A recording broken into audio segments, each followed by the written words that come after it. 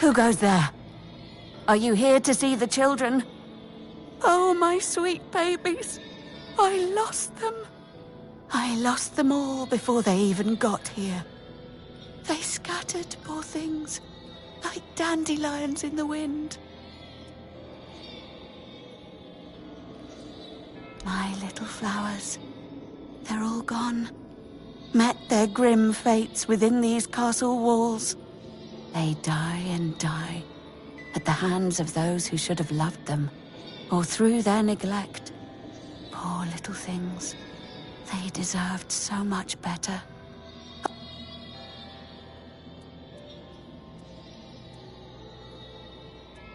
Really? You'd do that? And you won't hurt them, will you? Please, I cannot bear to hear their cries anymore. I need them close, so I can watch over them as I was meant to. If I could keep that one promise I made to my sister, perhaps then I could finally...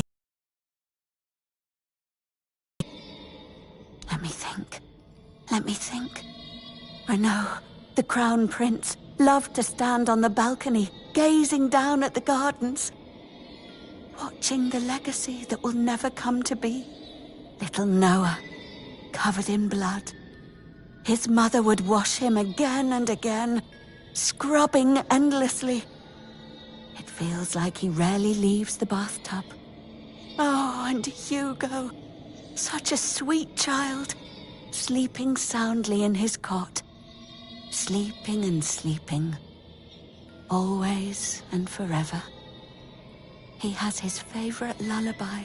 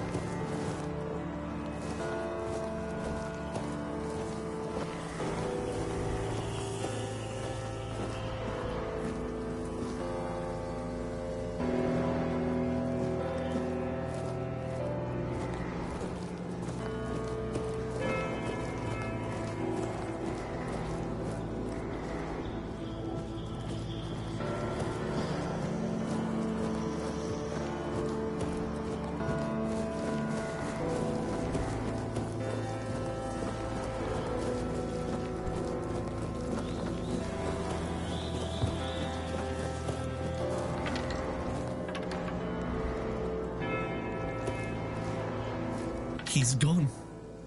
Young Prince Renard. Oh, by the gods, lost for good this time. The midwife will wring my neck with her bare hands. I can't. No, I won't go back to her like this. And the Queen, she'll do worse. Much worse. Have you ever seen her angry? Hopefully not.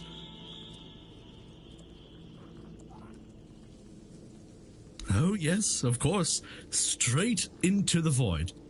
He stood there for a long while, just staring into the well. And then he was gone. He just stepped in like it was the most natural thing in the world. Oh, surely you don't... Or, no, wait. Better they don't look upon someone heading into a place. But I wish you luck. Remember...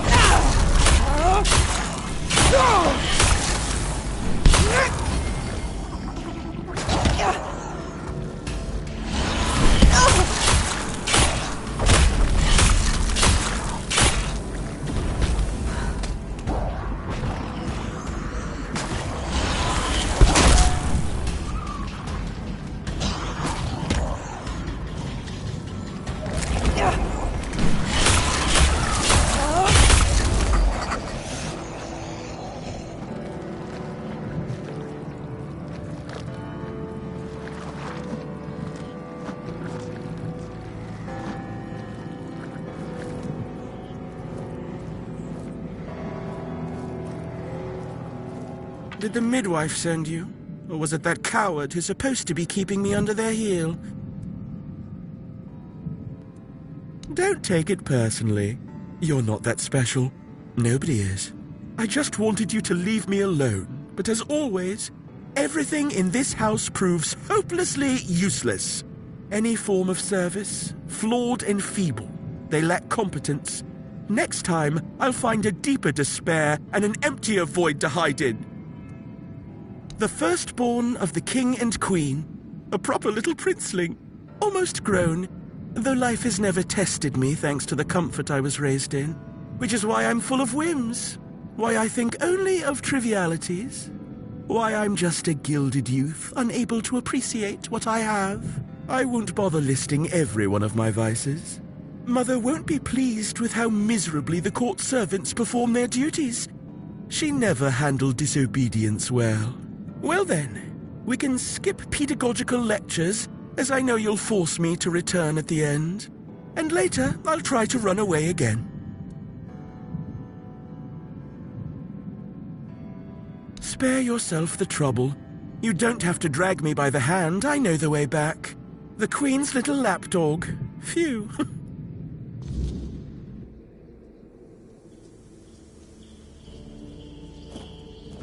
You found the young master. Joy, such great joy. I owe you a debt or two. We simple folk, we must stick together. Here, take this. I hope it serves you well.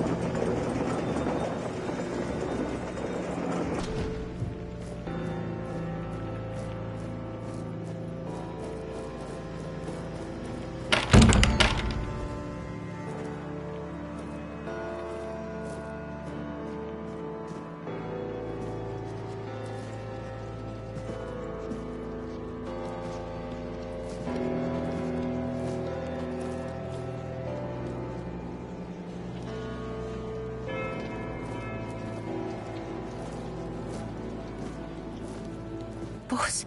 No, not Bors. Bors in the letters. The letters to Bors, to beloved.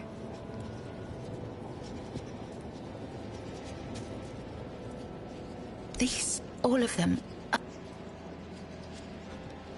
letters to beloved Bors. I write only letters to Bors, to beloved. Yours, Claire. Sister has a tablet. Once she had it.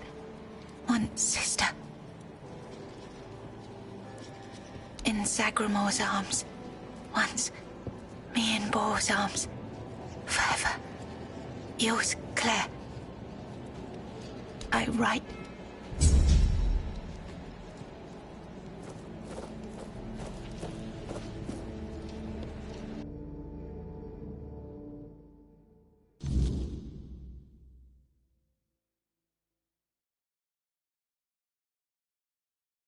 Once upon a time, there lived a young maiden named Claire. She had 2 sisters, and together they resided in a resplendent castle within a land untouched by the cruelty of time. In this unchanging realm, there was neither the sorrow of endings nor the joy of beginnings. No sunrises, no sunsets, and no seasons to mark the days. Such was the design of the eldest sister, whose insatiable hunger for control bound the kingdom in eternal stillness. She hoarded love and devotion as a dragon hoards treasure. Yet for all her power, her heart remained empty, cursed to feel nothing for eternity. Claire, the youngest and gentlest of the sisters, moved quietly through the cold, unchanging halls. Her beauty was, too, untouched by age or hardship. Yet unlike her sisters, Claire possessed a secret, a flicker of defiance against the curse that gripped their land. Her heart remained free, protected by a force beyond even her eldest sister's reach. True love. This love bound her to a noble young man named Bors, whose memory was her light in the kingdom's shadow. Though torn apart by dark magic, Claire refused to surrender to despair. She knew that giving up hope would mean losing herself entirely, succumbing to the same cold emptiness that claimed her sisters. So she endured, her heart steadfast in its belief that love could shatter even the darkest of spells, and that one day, somehow, she and Bors would reunite.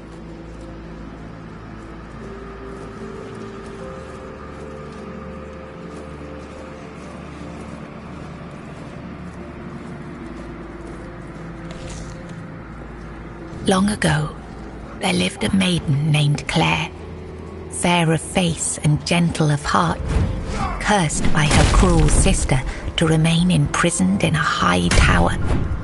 Forbidden to step beyond its walls or look out of the window, she spent her days weaving a tapestry of the outside world, a world she could glimpse only through the reflection in an enchanted mirror. Yet Claire dared not lift her eyes from the loom, for the curse was absolute. If she ever stopped her weaving to gaze out the window herself, the fragile thread of her life would snap. One day, the mirror revealed a grand procession on the road below. Among them rode a knight clad in gleaming silver armor, a sapphire cape following behind him. His warm eyes and copper hair struck Claire's heart with longing. Unable to resist, she rose and stepped toward the window for a glimpse of the gallant knight. The moment she moved, a terrible pain gripped her chest and the mirror shattered. Claire, knowing the curse had claimed her, fled the tower. She reached the road just as the procession passed, grasped the knight's cape, and collapsed. Sir Bors turned a sudden tug, leapt from his horse and caught her. Her breath grew faint, and she whispered, "Do not grieve, for I am glad to have seen you, my knight." With those words, Her spirit departed. Sir Bors wept bitterly, for never had he seen a maiden of such beauty and grace. His heart swelled with both joy and despair, for he knew he would never again love another as he loved the fair and cursed maiden, Claire.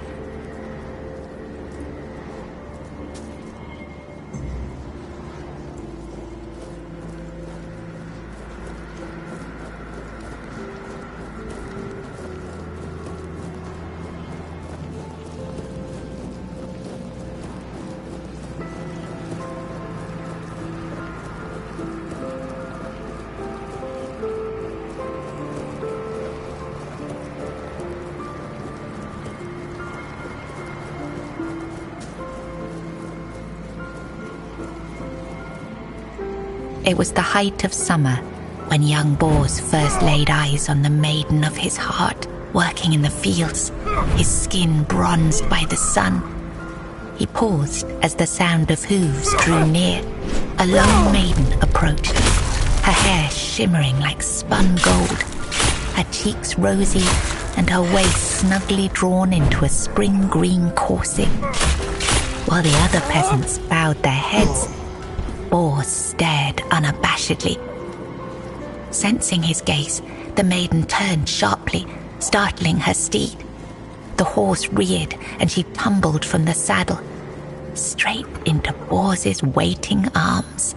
Their eyes met, and in that instant, the maiden felt herself lost. A warmth bloomed upon her cheeks, but a deep foreboding stirred in her stomach, for she knew there would never be another man who could claim her heart so completely. From that day forward, she rode past the fields daily, offering Bors water and sharing quiet moments beneath the shade of a willow tree. Days stretched into nights, and the two surrendered to love. But one day, as the maiden passed the field, her beloved Bors was nowhere to be found. She waited beneath the willow until darkness fell and reluctantly returned to the castle. The next day, and the one after that, she returned. But Bors never did. Summer turned to autumn, and the maiden ceased her rides. She withdrew into the shadowed stillness of her tower, her heart heavy with unending sorrow. Unbeknownst to her, Bors's bones lay bleached and brittle beneath the sun, hidden in the very field where their love had bloomed. For in Sagramor's kingdom, no crime was graver nor punishment swifter than love.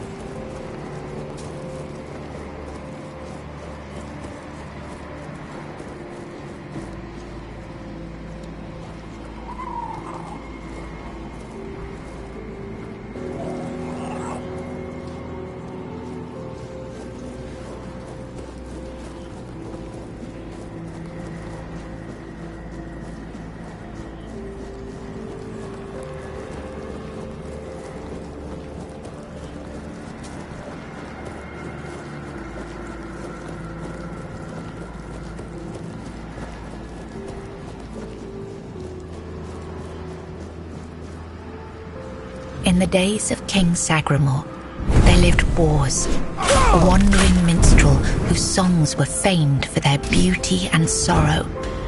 Among his melodies was one that bore the weight of his heart, the ballad of a lady named Claire. Claire, a noblewoman of unmatched grace, had been betrayed by her jealous sister, who sold her to a rival lord for power. Locked in a distant tower, Her pleas for rescue went unheard. But Bors, who had once sung for her in her father's court and fallen deeply in love, learned of her plight and vowed to save her. He journeyed to the castle where she was held and sang beneath its mist-shrouded walls each night, hoping she might hear.